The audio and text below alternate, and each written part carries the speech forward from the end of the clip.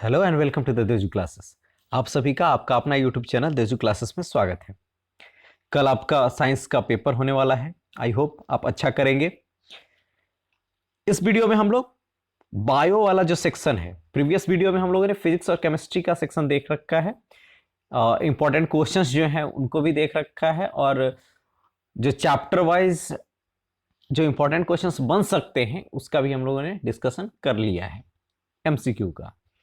इस वीडियो में हम लोग बायोलॉजी वाला जो सेक्शन है उसके इंपॉर्टेंट क्वेश्चंस को देखेंगे। अगर आप ये पूरे वीडियो को देख लेते हैं तो आई होप कि आप एग्जाम में अच्छा कर पाएंगे। तो चलिए शुरू करते हैं। इससे पहले अगर आप इस चैनल पर नए हैं तो आप इस चैनल को जरूर सब्सक्राइब कर दें। पहला क्वेश्चन यहां से लेते हैं कि क्या है, पहला चैप्टर से बायो का लाइफ प्रोसेस जो प्रक्रम जो है ना। और यहां से हम लोग, ये पहला चैप्टर है और वहीं से प्रश्न उठाए हैं। मैग्नीशियम पाया जाता है। मैग्नीशियम कहां पाया जाता है? Magnesium is found in chlorophyll. कहां पाया जाता है? क्लोरोफिल में। प्लांट में आपको पता है पत्ती जो है उसके पास क्या है? क्लोरोफिल है ना। और उस क्लोरोफिल किसमें? सेल में है ना, कोशिका में। तो क्लोरोफिल जो है वो, उसमें क्या पाया जाता है? मैग्नीशियम पाया जाता है। क्या पाया जाता है? मैग्नीशियम पाया जाता है। ठीक है। तो ऑटोट्रोफिक न्यूट्रिशन होता है किसमें? प्लांट में। और सनलाइट और कार्बन डाइऑक्साइड है ना, उससे क्या बनाता है? ग्लूकोज बनाता है ना। ग्लूकोज CO2 और H2O से नीचे प्लांट जो है वो नीचे से है ना, रूट से जाइलम के द्वारा। जाइलम क्या है? एक उत्तक है यानी टिश्यू है। तो जाइलम रिस्पॉन्सिबल होता है किसके लिए? वाटर को ट्रांसपोर्ट के लिए, है ना। ये भी प्रश्न आएंगे आपके नेक्स्ट चैप्टर में। जाइलम जो टिश्यू है वो रिस्पॉन्सिबल होता है रूट से वाटर को अपवर्ड लेवल में, केवल ऊपरी मुखी, है ना। किधर? ऊपरी मुखी। ऐसे पानी जड़ से ऊपर स्टेम होते होते है ना, लिप्स वगैरह के साथ ट्रांसपीरेशन, वाष्पोत्सर्जन होकर के फिर चला जाता है। तो जो वाटर का ट्रांसपोर्टेशन होता है यानी पानी का जो संवहन होता है वो किस उत्तक के द्वारा? तो जाइलम के द्वारा होता है। किसके द्वारा? जाइलम के द्वारा। और कैसे होता है? केवल ऊपरी मुखी। पूछ सकता है कि ऊपरी मुखी होता है कि अधिमुखी भी होता है ना। तो केवल ऊपरी मुखी होता है। ठीक है। लेकिन जो दूसरा उत्तक है फ्लोएम, तो फ्लोएम जो होता है वो किसके लिए रिस्पॉन्सिबल है? खाना के लिए, भोजन के लिए। पेड़ पौधे में भोजन के लिए, भोजन का संवहन के लिए कौन रिस्पॉन्सिबल है? फ्लोएम, है ना। तो भोजन हो गया है ना, उसके लिए कौन रिस्पॉन्सिबल है? फ्लोएम। और जाइलम किसके लिए रिस्पॉन्सिबल है? मिनरल्स है ना। फिर आपका सॉल्ट है और वाटर, है ना, उसको ऊपर ले जाने के लिए कौन रिस्पॉन्सिबल है? जाइलम। क्लियर है? चलिए, तो जो वाटर ऊपर गया है ना, वाटर ऊपर गया और लिप्स क्या करता है? जो पत्तियां रहती हैं वो क्या करती हैं? कार्बन डाइऑक्साइड ग्रहण करती हैं, है ना, स्टोमाटा के द्वारा। किसके द्वारा? स्टोमाटा के द्वारा। ये भी याद रखेंगे आप, स्टोमाटा के द्वारा। और वहां पे रिएक्शंस होते हैं, यानी खाना बनाता है कौन? पत्ती। तो वो खाना बनाता है CO2 प्लस H2O सनलाइट के प्रेजेंस में। तो क्या दे देता है? C6H12O6, है ना, ग्लूकोज देता है। ठीक है।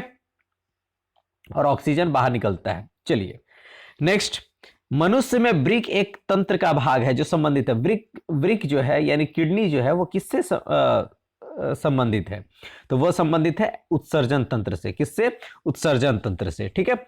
एक चीज आप ध्यान में रखेंगे, जो तंत्र है यानी ज्यादातर चांस है कि आपका जो पाचन तंत्र है ना, उसी का फिगर आपका वेल लेवल डायग्राम जो है वो सब्जेक्टिव में पूछेगा, है ना। तो आप फिगर को अच्छे से कर लेंगे। एक्सक्रीशन, एक एक्सक्रीशन कर लीजिए और एक पाचन वाला कर लीजिए, यानी उत्सर्जन तंत्र, एक पाचन तंत्र, है ना, डाइजेस्टिव सिस्टम, और तीसरा जो है नर्वस सिस्टम। ये तीन आप कर लेंगे। आई होप ये तीनों में से एक आएगा और ज्यादातर चांस है इस बार कि पाचन तंत्र ही आया। ठीक है। चलिए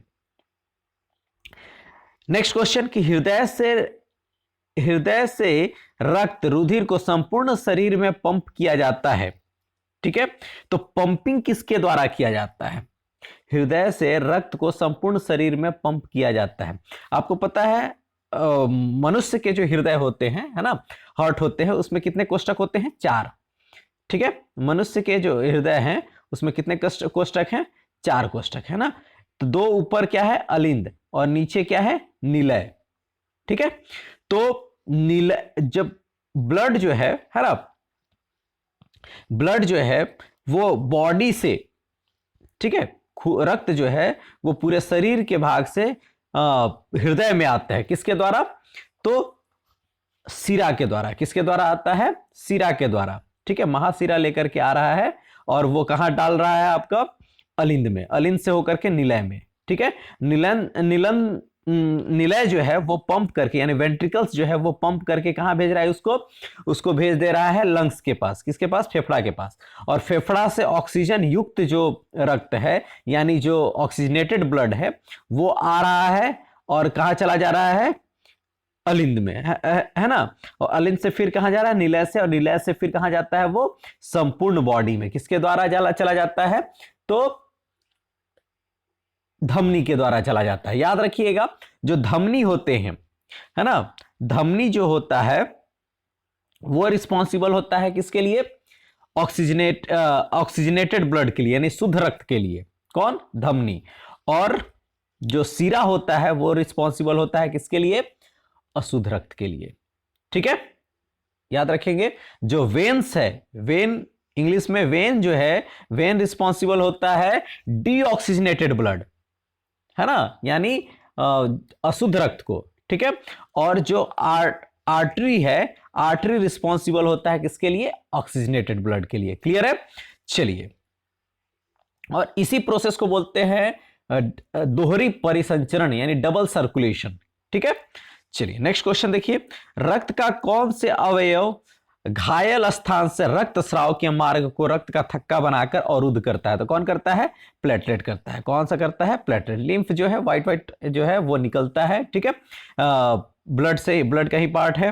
लाल रक्त कोशिकाएं, आरबीसी जो है ना, वो भी कोशिका किसका है? ब्लड में ही है। श्वेत रक्त कोशिकाएं, ये भी किसका है? ब्लड के लिए। श्वेत रक्त कोशिकाओं को क्या बोला जाता है? ये इम्यूनिटी का काम करता है, यानी लड़ता है। जो पैथोजेंस होते हैं, जो बाहरी तत्व होते हैं जो अटैक करते हैं बॉडी पे, उससे लड़ने का काम करता है कौन? WBC। चलिए नेक्स्ट क्वेश्चन देखते हैं हम लोग। पत्तियों में गैसों का आदान प्रदान कहां से होता है? तो अभी हमने बताया रंध्र से, स्टोमाटा से। ठीक है, नेक्स्ट, पादप में जाइलम उत्तरदायी है। पादप में, है ना, जाइलम जो है उत्तरदायी है किसके लिए? वाटर ट्रांसपोर्टेशन, जल का वहन के लिए। ठीक है, और ये किधर होता है? ऊपरी मुखी। और जो भोजन का वहन होता है वो किसके द्वारा होता है? तो भोजन का वहन जो होता है वो होता है फ्लोएम के द्वारा। किसके द्वारा? फ्लोएम के द्वारा। ठीक है, किसके द्वारा? फ्लोएम के द्वारा। और ये क्या होता है? ऊपरी मुखी भी होता है, अधिमुखी भी होता है। ठीक है, ये आप ध्यान में रखेंगे। चलिए, यहां से प्रश्न पूछे जा सकते हैं। एक चीज अब देखिए, कोशिका में क्या होता है ये भी आप ध्यान में रखेंगे कि ग्लूकोज, देखिए ग्लूकोज जो है, एक मिनट, ग्लूकोज जो है, ठीक है, आपको पता है कि हमारा जो इंटेस्टाइन, जो स्मॉल इंटेस्टाइन है, और वहां से फिर लार्ज इंटेस्टाइन होते हुए हमारा डाइजेशन की जो प्रोसेस होती है, यानी पाचन की जो प्रक्रिया होती है, वो क्या होती है? समाप्त हो जाती है। और उसके बाद सभी सेल के पास ग्लूकोज पहुंच जा रहा है। ठीक है, उसके पास कितने कार्बन है? 6 कार्बन है। और कोशिका द्रव्य, ठीक है, कोशिका द्रव्य यानी प्रोटोप्लाज्म में, है ना, वहां पे जो ग्लूकोज है, 6 ग्लूकोज, वो 3 ग्लूकोज यानी 3 कार्बन में क्या होता है? टूटता है पाइरुवेट अम्ल, जिसको बोलते हैं। ठीक है, अब क्या है? ऑक्सीजन की अनुपस्थिति में प्रश्न पूछ देगा कि ऑक्सीजन की अनुपस्थिति में पाइरुवेट जो है वो इथेनॉल और कार्बन डाइऑक्साइड में टूट रहा है। ठीक है, तो वो किसमें होता है? तो ऑप्शन दे देगा, तो आंसर क्या होगा? ईस्ट में। किसमें होगा?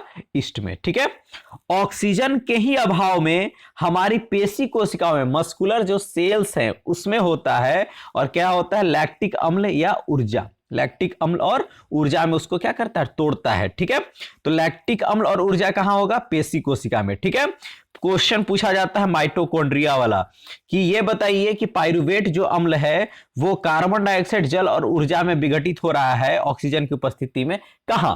तो कहां होगा? माइटोकॉन्ड्रिया में। माइटोकॉन्ड्रिया को क्या बोलते हैं? Power house of the cell, कोशिका का जो पावर हाउस होता है ना, किसको बोलते हैं? माइटोकॉन्ड्रिया को ही बोलते हैं। ठीक है, चलिए, तो यहां से भी प्रश्न पूछे जा सकते हैं। नेक्स्ट देखिए क्वेश्चन, नेक्स्ट चैप्टर से है, दो तंत्रिका कोशिका के मध्य खाली स्थान को कहते हैं space between two nervous cell. तो नर्वस सेल में ये अगर हम इस तरह से स्ट्रक्चर इसकी बात करें, स्ट्रक्चर की बात करें, है ना, तो these are called the dendrites, द्रुमिका, इसको क्या बोलते हैं?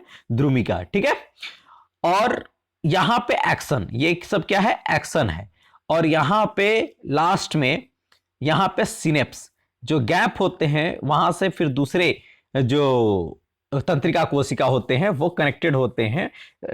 कनेक्शन किससे होगा? डेंड्राइट्स का डेंड्राइट्स के साथ। क्लियर है?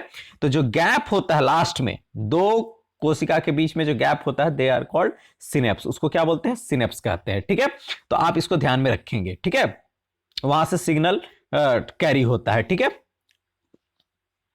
डेंड्राइट्स में। तो दो तंत्रिका कोशिका के मध्य खाली स्थान को क्या कहते हैं? सिनेप्स कहते हैं। ठीक है, सामने वाले भाग को द्रुमिका कहते हैं। ठीक है, और एक्शन जो होता है वो सिग्नल को लेकर के ट्रांसफर करने में मदद करता है। ठीक है, चलिए नेक्स्ट, पादप हार्मोन का उदाहरण है। चलिए इसको भी हम लोग ध्यान से देखेंगे, कौन सा पूछ देगा। पादप हार्मोन का उदाहरण इसमें कौन है? ऑक्सिन है। चलिए, पादप हार्मोन में सबसे पहले ऑक्सिन, ऑक्सिन को बोला जाता है ग्रोथ हार्मोन, वृद्धि हार्मोन, पेड़ में वृद्धि करने में ये काम करता है। जिधर सन का लाइट नहीं पड़ता है जिस भाग में, उस भाग में वृद्धि करने के लिए जिस हार्मोन की जरूरत पड़ती है उस हार्मोन का नाम है ऑक्सिन। क्लियर है? तो इसको बोलते हैं हम लोग वृद्धि हार्मोन। दूसरा होता है गिबरलिन, हिंदी में भी उसको बोलते हैं गिबरलिन। ठीक है, गिबरलिन भी क्या है? ये भी स्टेम में, है ना, तना में, तना को बढ़ने में ये सहायता करती है। ये भी क्या है? पौधे का वृद्धि हार्मोन है। कौन? गिबरलिन भी पौधे का वृद्धि हार्मोन है। ठीक है, नेक्स्ट है साइटोकाइनिन। क्या है? साइटोकाइनिन। तो साइटोकाइनिन हिंदी में भी क्या होगा? साइटोकाइनिन, इस तरह से। ठीक है, तो घबराना नहीं है, दोनों एक ही वर्ड है ना। तो साइटोकाइनिन, साइटोकाइनिन भी जो है वो भी पादप हार्मोन है। और ये जो साइटोकाइनिन जो है ये भी क्या है? सेल डिवीजन, कोशिका को विभाजन में, कोशिका विभाजन में ये काम करता है। जैसे बीज आप देख रहे हैं, बीज का विभाजन हो रहा है ना, मैंगो को देख रहे हैं, ठीक है, या चना देख रहे हैं दो भाग में, है ना। तो ये जो विभाजन हो रहा है, कोशिका का जो विभाजन हो रहा है, ये कौन रिस्पॉन्सिबल है इसके लिए? साइटोकाइनिन। तो ये भी वृद्धि हार्मोन है। तो अभी हम लोगों ने जो तीन हार्मोन देखे, ऑक्सिन देखे, गिबरलिन देखे और साइटोकाइनिन देखे, ये तीनों वृद्धि हार्मोन है। लेकिन एक हार्मोन ऐसा है पौधे का, पादप हार्मोन है, जो कि उसके गति को अवरोध करता है, विंकलिंग करता है ना, कि पत्तियों का मुरझाना, पत्ती को मुरझा देता है, रिंकल करता है पत्ती में। ठीक है, और उसको क्या बोलते हैं? एब्सिसिक अम्ल। क्या बोलते हैं? एब्सिसिक अम्ल या एब्सिसिक एसिड। इसी का दूसरा नाम है इथाइलिन। क्या नाम है? इथाइलिन। याद रखिएगा, और यही रिस्पॉन्सिबल होता है फल के पकने के लिए। फल को पकने के लिए कौन रिस्पॉन्सिबल है? तो एबीए यानी एब्सिसिक अम्ल या फिर इथाइलिन। ठीक है, याद रखेंगे। तो ये पादप हार्मोन से चार, जिसमें से पूछ देगा कि कौन सा हार्मोन ऑड है, यानी विषम कौन सा है? तो एब्सिसिक। क्यों? क्योंकि बाकी सब वृद्धि हार्मोन है और ये वृद्धि को रोकता है। ठीक है, आई होप आपको समझ में आ गया होगा। चलिए आइए अब हम लोग थोड़ा अंतःस्रावी ग्रंथि से जो ह्यूमन है ना, ह्यूमन बॉडी का हार्मोन देख लेते हैं। यहां से भी प्रश्न पूछे जा सकते हैं कि कहां से निकलता है और उसका कार्य क्या है। ग्रोथ हार्मोन, ग्रोथ हार्मोन है ना, बोलते हैं किसको? Pituitary gland. पिट्यूटरी ग्लैंड कहां पे, यानी पीयूष ग्रंथि कहां पे मौजूद है? हमारे ब्रेन में। ब्रेन में जो नीचे यहां पे इस पोर्शन में हाइपोथैलेमस के बगल में पिट्यूटरी ग्लैंड यानी पीयूष ग्रंथि रिस्पॉन्सिबल है ना। और ये हाइपोथैलेमस जो है वो पिट्यूटरी ग्लैंड को उकसाता है, कहता है कि भैया आप हार्मोन्स को रिलीज करो, बताता है किसको? पिट्यूटरी ग्लैंड को, यानी पीयूष ग्रंथि को। ठीक है, तो ग्रोथ हार्मोन कौन है? जीएच किसको बोलते हैं? पीयूष ग्रंथि को। ठीक है, सभी अंगों में वृद्धि को उत्तेजित करता है, क्या? वृद्धि। ठीक है, नेक्स्ट दूसरा है थायरोक्सिन। ये कहां से होता है? थायराइड ग्रंथि, ग्वाटर है ना, ऑटू ग्रंथि। ऑटू ग्रंथि भी ये दे सकता है, ऑटू भी इसी का ही दूसरा नाम है। तो क्या इसका काम क्या है? शरीर के विकास के लिए चयापचय है ना को नियंत्रित करता है। ठीक है, मेटाबॉलिज्म को क्या करता है? कंट्रोल करता है। कौन? थायराइड ग्रंथि है ना, थायराइड ग्लैंड। और वो कौन सा हार्मोन रिलीज करता है? तो थायरोक्सिन करता है। ठीक है, नेक्स्ट इंसुलिन, बहुत इंपॉर्टेंट है, पूछेगा तो इंसुलिन पूछ सकता है। इंसुलिन जो है वो कौन रिलीज करता है? उसको अग्नाशय। कौन करता है? अग्नाशय है ना। अग्नाशय को इंग्लिश में क्या बोलते हैं? पैंक्रियाज। क्या बोलेंगे? पैंक्रियाज। तो पैंक्रियाज रिलीज करता है कौन? इंसुलिन को। और इंसुलिन किस लिए रिस्पॉन्सिबल है? रक्त शर्करा के स्तर को नियंत्रित करता है। जिसको डायबिटीज की बीमारी है, मधुमेह की बीमारी है, कब? जब इंसुलिन की कमी हो जाती है बॉडी में, तब। तो देखे होंगे आप कि उसको फिर इंजेक्शन लगता है, इंसुलिन फिर बाहर से उसको दिया जाता है उसके बॉडी को। ठीक है, तो इंसुलिन की कमी से कौन सा रोग होता है भाई? तो मधुमेह, ये याद रखिएगा। इंसुलिन कौन स्राव करता है? तो अग्नाशय में स्राव करता है। ठीक है, स्राव होता है, रिलीज होता है। ठीक है, नेक्स्ट टेस्टोस्टेरोन, ये भी हार्मोन है, वृषण के द्वारा, मेल में है ना, तो टेस्टिकल्स के द्वारा है ना। तो ये यौवन के दौरान परिवर्तन जो होते हैं पुरुषों में है ना, उसके लिए रिस्पॉन्सिबल है टेस्टोस्टेरोन। और महिलाओं के लिए रिस्पॉन्सिबल है एस्ट्रोजन। और जो कहां से होता है? अंडाशय से होता है। कहां से? ओवरी यानी अंडाशय से होता है। ठीक है, महिला यौन अंगों का विकास करता है, मासिक धर्म चक्र को नियंत्रित करता है। ठीक है, इत्यादि। ठीक है, एक और हार्मोन होता है प्रोजेस्टेरोन। ठीक है, ये भी कहां होता है? फीमेल में ही होता है। ठीक है, चलिए नेक्स्ट एड्रेनलिन। एड्रेनलिन कहां होता है? एड्रेनल ग्रंथि रक्त है ना, रक्त में याद रखिएगा। एड्रेनल ग्रंथि में एड्रेनलिन होता है, आपात स्थितियों से निपटने के लिए शरीर को तैयार करता है ना। अचानक आप देखते हैं कि सिग्नल ट्रांसफर हो जा रहा है, या फिर आपके अंदर वायु की कमी हो जा रही है, तो ये सब कौन रिस्पॉन्सिबल है? एड्रेनलिन ग्रंथि से एड्रेनलिन जो रिस्पॉन्सिबल है वही। एड्रेनलिन अगर कम स्राव होने लगेगा तो आप में ऑक्सीजन की कमी होने लगेगी, है ना, इस टाइप से। नेक्स्ट क्या है? हार्मोन जारी, मतलब हार्मोन रिलीज करता है कौन? हाइपोथैलेमस। मतलब हाइपोथैलेमस कहता है किसको? पिट्यूटरी ग्रंथि को, पीयूष ग्रंथि को, कि भैया अब हार्मोन आप रिलीज करिए। तो ये बताने वाला है कौन? हाइपोथैलेमस। ठीक है, ये आपके एनसीईआरटी का ही था। ठीक है, इसलिए हमने ये इसको करा दिया है। और इसमें से अगर जंतु हार्मोन से अगर पूछा है ना, तो मानव हार्मोन से अगर पूछा तो यहां से प्रश्न रहेगा ही रहेगा। क्लियर है? चलिए इसी को इंग्लिश में देख लीजिए। यहां पे जो इंग्लिश वाले बच्चे हैं, सेम चीज है, हमने अभी इसका जिक्र कर लिया, नेम आर द सेम, है ना। चलिए नेक्स्ट द्विखंडन। चलिए इसमें इससे भी प्रश्न पूछा जा सकता है। जनन में आपसे प्रश्न पूछा जा सकता है। एसेक्सुअल रिप्रोडक्शन में क्या क्या है? फ्यूजन। यहां पे ये बाइनरी फ्यूजन नहीं है, हाँ इसको ठीक कर लीजिएगा, बाइनरी फ्यूजन। ठीक है, बाइनरी फ्यूजन। फ्यूजन का मतलब होता है टूटना। ठीक है, तो फ्यूजन जो हो रहा है, बाइनरी फ्यूजन कौन होता है? अमीबा। कौन करेगा? अमीबा। ठीक है, मल्टीपल फ्यूजन, मल्टीपल फ्यूजन कौन करेगा? प्लाज्मोडियम करेगा। ठीक है, बाइनरी फ्यूजन ही कौन करता है? एक लेशमानिया, इसको भी याद रखिए, लेशमानिया। ठीक है, लेकिन फ्यूजन में तो अमीबा हो जाएगा, लेशमानिया भी है ना, सेम।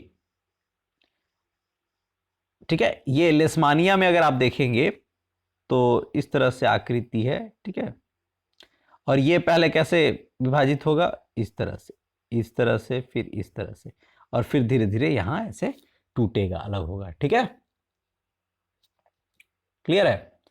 तो ये इक्वल इक्वल विभाजित करेगा। ठीक है, चलिए नेक्स्ट। और अब देखिए तो इसमें और क्या क्या, देखिए मुकुलन। मुकुलन यानी बडिंग, मुकुलन यानी बडिंग। तो बडिंग कौन करेगा? बडिंग करेगा ईस्ट।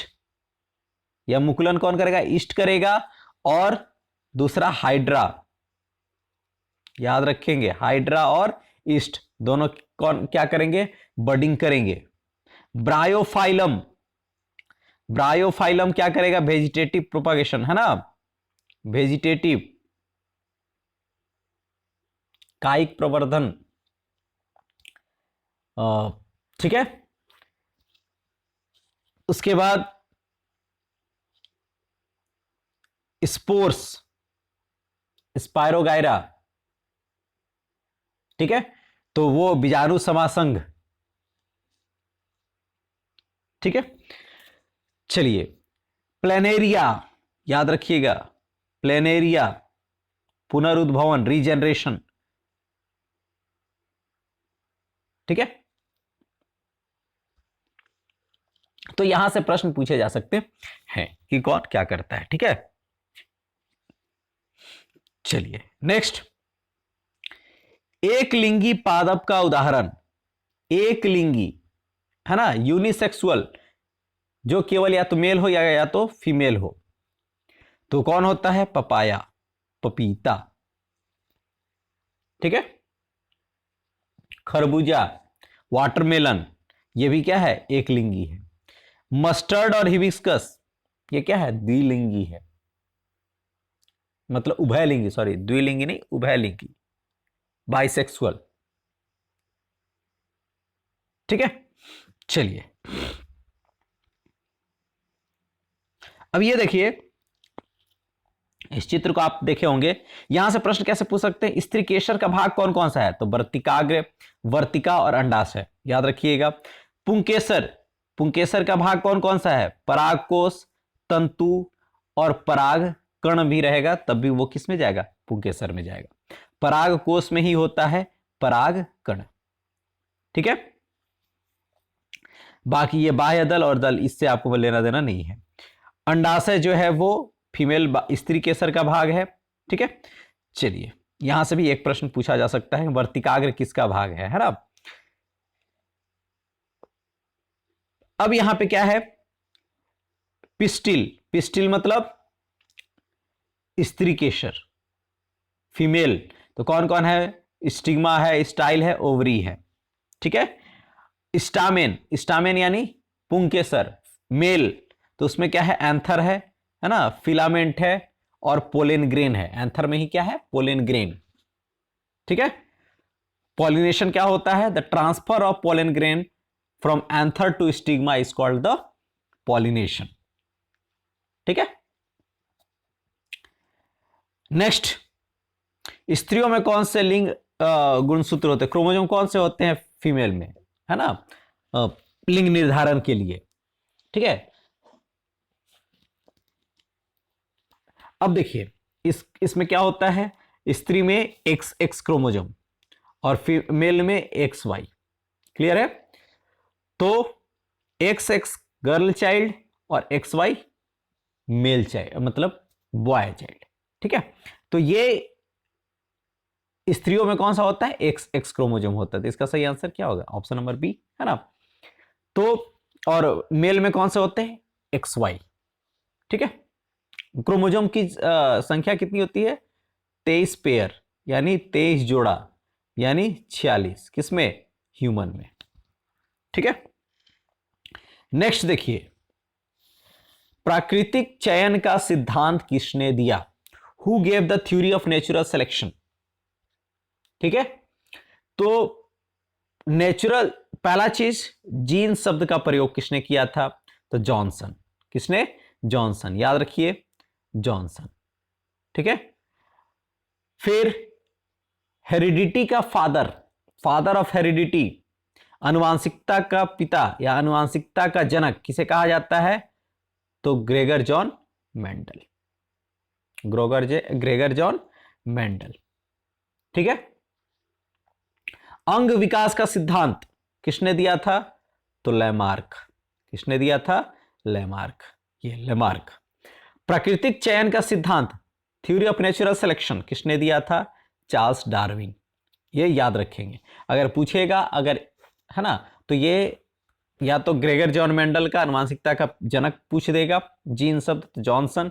लैमार्क आपका हो गया अंग का विकास के ऊपर, और डार्विन, चार्ल्स डार्विन हो गया प्राकृतिक चयन का सिद्धांत। ठीक है, नेक्स्ट देखिए, होमोलोजस ऑर्गन और एनालोगस ऑर्गन, समजात अंग और असमजात अंग। असमजात अंग को समरूप अंग भी कहते हैं। क्या कहते हैं? समरूप अंग। पक्षी और चमगादड़ का पंख, है ना, समजात अंग कैसे बोलते हैं? जिसका, है ना, काम अलग अलग है पर संरचना एक है, उसको बोलते हैं होमोलोजस ऑर्गन। जिसका काम एक है लेकिन संरचना अलग अलग है, उसको बोलते हैं एनालॉगस ऑर्गन, असमजात अंग। क्लियर है? तो पक्षी और चमगादड़ का पंख दोनों उड़ने के लिए हैं, लेकिन दोनों की संरचनाएं क्या होती हैं? भिन्न होती हैं, अलग अलग होती हैं। ठीक है, इसलिए वो क्या हो जाते हैं? असमजात अंग, या फिर आप कहेंगे समरूप अंग। क्लियर है? अवशेषी अंग किसको कहते हैं? वह अंग जिसका आपके बॉडी को जरूरत नहीं है। जैसे आपके बॉडी में एक अवशेषी अंग है, कौन सा है? आप कमेंट सेक्शन में उसका आंसर करेंगे, है ना। जो आपका लार्ज इंटेस्टाइन, जो बड़ी आंत के पास मौजूद है, रहता है। ठीक है, चलिए नेक्स्ट क्वेश्चन देखिए, निम्नलिखित में से कौन आहार श्रृंखला का निर्माण करता है? आहार श्रृंखला मतलब आहार श्रृंखला क्या है? ए को बी खा रहा है, बी को सी खा रहा है, सी को डी खा रहा है, इसी को बोलते हैं आहार श्रृंखला, फूड चेन। ठीक है, तो अब देखिए, घास, गेहूं, आम, तो घास को गेहूं आम कोई खा ही नहीं सकता, ये तो है नहीं। घास को बकरी खा सकता है, बकरी को मानव खा सकता है। ठीक है, तो क्या हो जाएगा? ये सही हो जाएगा। ठीक है, ऑप्शन नंबर बी। ठीक है, चलिए अब यहां पे देखिए, हमारे पास 3 तरह का फूड चेन है, 1 2 3। ठीक है, पूछ देगा नाम देकर के हिंदी में, है ना, वर्ड में, कि पहले दे देगा पौधा। ठीक है, प्लांट को खाया डियर, और डियर को खाया टाइगर या लायन। ठीक है, पौधा को खाया हिरन, और हिरन को खाया शेर, बाघ, जो भी। तो ये किस आहार श्रृंखला का भाग है? तो ये है वन का। कहां का है? वन का, फॉरेस्ट। ठीक है, दूसरा देखिए आप, ये प्लांट है, ये पौधा, छोटा सा पौधा है ना, और ग्रास, जिसको घास भी कह सकते हैं, घास है। घास को खाया कौन? टिड्डा, ग्रास हॉपर। ग्रास हॉपर को खा गया फ्रॉग, मेढक। मेढक को खा गया सांप, और सांप को खा गया चील। ठीक है, तो ये कहां है? ये है आपका ग्रासलैंड का, है ना, भूमि। कहां का? भूमि। ठीक है, घास का जो मैदान होता है, उसका जो आहार श्रृंखला है वो ये है। याद रखिएगा, अगर टिड्डा आया और घास आया तो घास का मैदान, है ना, हिरन और बाघ आया तो वन, और तीसरा जो है वो तालाब का है, पौंड का, जो छोटा सा पौधा है। पौधा को खाया कौन? देखो यहां पे स्कॉर्पियन दिया हुआ है ना, स्कॉर्पियन खाया, यानी बिच्छू। उसको खा गया फिश, और फिश को खा गया बाहर में जो वक है, वगुला है ना। चलिए, तो अगर फिश आ गया तो पौंड का है ना। अगर ग्रास हॉपर आ गया तो घास का मैदान का है, और हिरन आ गया तो वो जंगल का है। ठीक है, चलिए नेक्स्ट देखिए, अब इस चीज को समझिए आप। प्रोड्यूसर का मतलब होता है उत्पादक। प्रश्न पूछा जा सकता है कि इनमें से उत्पादक कौन है? तो उत्पादक कौन होगा? हरा पौधा, पेड़ पौधा, घास, ये सब क्या है? उत्पादक। जो खुद से अपना खाना भोजन बना लेता है, उसको बोलते हैं हम लोग उत्पादक। फिर ये क्या है? प्राइमरी कंज्यूमर, प्राथमिक उपभोक्ता। ये क्या है? प्राथमिक उपभोक्ता। मतलब जो केवल किस पर निर्भर है? खाने के लिए केवल उत्पादक पर निर्भर है, घास पर, है ना, प्लांट प्रोडक्ट पर निर्भर है, वो आपका प्राथमिक उपभोक्ता कहलाएगा। फिर द्वितीयक उपभोक्ता। द्वितीयक उपभोक्ता किस पर है? प्राथमिक उपभोक्ता पर निर्भर है। यह है तृतीयक उपभोक्ता, ठीक है, तो ये किस पर निर्भर है? द्वितीयक उपभोक्ता पर। चलिए यहां पे देखिए तो आपको समझ में आएगा कि यहां पे ये जो घास है ना, ये जो घास है ये क्या है? ये है आपका प्रोड्यूसर या फिर उत्पादक, प्रोड्यूसर या फिर उत्पादक है। ये जो टिड्डा है, ये टिड्डा क्या है? ये टिड्डा जो है वो आपका प्राइमरी कंज्यूमर है, यानी प्राथमिक उपभोक्ता। क्या है? प्राथमिक उपभोक्ता, ठीक है। टिड्डा को खा गया फ्रॉग, तो फ्रॉग क्या हो गया? द्वितीयक उपभोक्ता, ठीक है, और मतलब सेकेंडरी कंज्यूमर।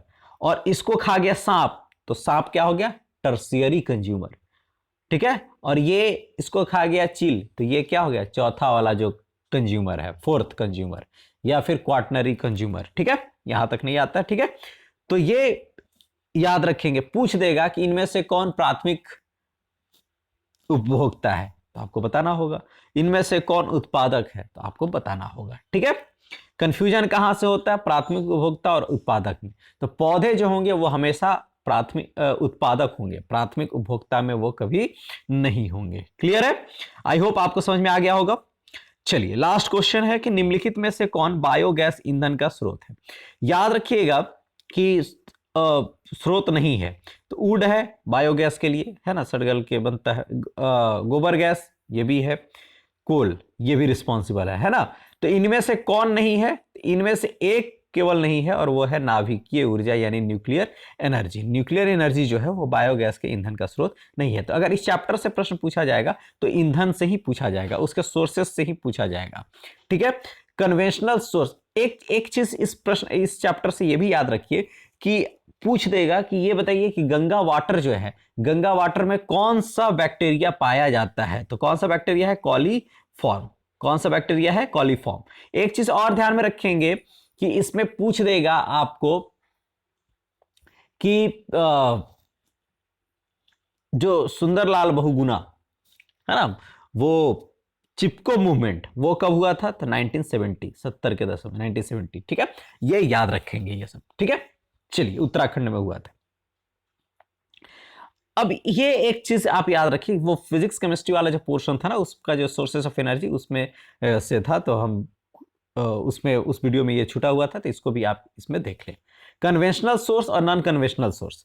पारंपरिक स्रोत में कौन कौन है? जीवाश्म ईंधन, ठीक है, फिर बायोमास जो है, दूसरा है तापीय विद्युत संयंत्र, ठीक है, फिर जल विद्युत संयंत्र, फिर बायोमास, फिर पवन ऊर्जा। ये सब पारंपरिक स्रोत है, कन्वेंशनल सोर्स ऑफ एनर्जी, ठीक है। दूसरा non conventional source of energy कौन कौन? सौर ऊर्जा, समुद्रों से जो ऊर्जा, ज्वारीय ऊर्जा हो गया, महासागरीय ऊर्जा, तरंग ऊर्जा, वो सब हो गया वैकल्पिक या गैर पारंपरिक। अभी अभी नया ट्रेडिशनल यूज है इसका, है ना, पुराना नहीं है। भूतापीय ऊर्जा ये भी है वैकल्पिक और गैर पारंपरिक। नाभिकीय ऊर्जा ये भी नया है, अभी के लिए अभी यूज हो रहा है, ठीक है। आई होप ये आपको समझ में आ गए होंगे। वीडियो अच्छी लगी हो तो लाइक करें, है ना, और कमेंट भी करें और अपने दोस्तों के बीच में इसे शेयर करें। आई होप कि आपका एग्जाम अच्छा हो, है ना। फिर मिलते हैं सब्जेक्टिव के साथ, है ना। देख लेते हैं हम लोग एक बार कुछ जो मेन सब्जेक्टिव होगा हर चैप्टर से, उसको भी हम लोग देख लेंगे। Thank you for the watching.